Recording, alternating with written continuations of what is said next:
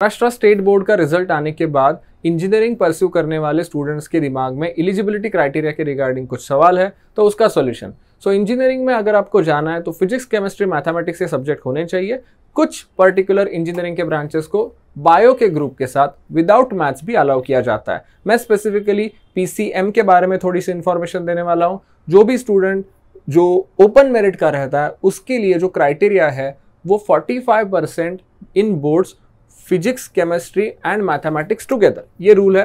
135 marks भी है आपके, सबको मिला के, किस में ज़्यादा हो किस में कम हो चलेगा, सिर्फ सभी सब्जेक्ट में आप पास होने चाहिए, इतना ही क्राइटेरिया।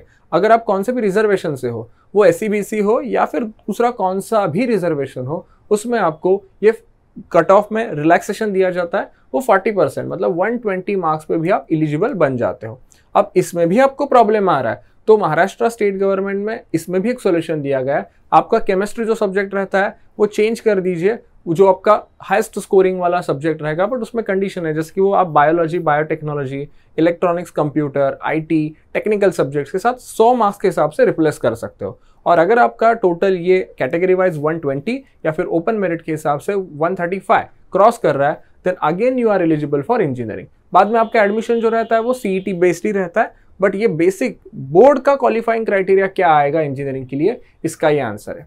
अगर आप जेई के स्टूडेंट हो और आपको आईआईटी, एनआईटी, ट्रिपल आईटी ऐसे कॉलेजेस में जाना है तो इसका 75 वाला क्राइटेरिया रहता है। फिजिक्स, केमिस्ट्री, मैथ्स का नहीं, उसमें इंग्लिश भी ऐड हो जाता है, और फिफ्थ आपका कौन सा भी एक सब्जेक्ट जिसमें हाईएस्ट मार्क्स है।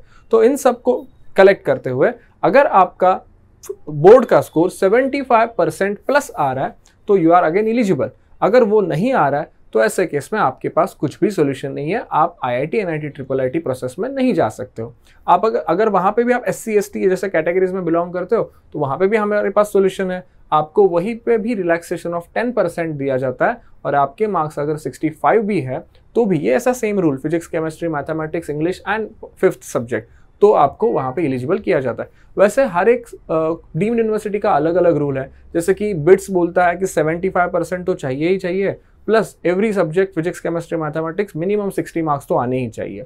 वीआईटी ये जो प्रोसेस है वो बोलता है कि फिजिक्स, केमिस्ट्री, मैथमेटिक्स में 60% आने चाहिए। तो कुछ डीम्ड यूनिवर्सिटीज के रूल थोड़े अलग अलग हो सकते हैं, बट आपको महाराष्ट्र प्रोसेस एंड जो सा आईआईटी, एनआईटी, ट्रिपल आईटी वाला प्रोसेस मेरे हिसाब से बहुत इंपॉर्टेंट लगता है।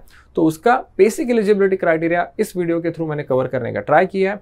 अगर किसी का इसमें प्रॉब्लम हो रहा है तो हमारे पास ऑप्शन क्या रहते हैं, तो रीवेरिफिकेशन या फिर रीचेकिंग जिसको बोलते हैं, रीवैल्यूएशन या फिर रीचेकिंग जिसको हम बोलते हैं, वो आप करवा सकते हो, या फिर आपको फिर से एक बार क्लास इंप्रूवमेंट टेस्ट के लिए भी बैठना पड़ सकता है।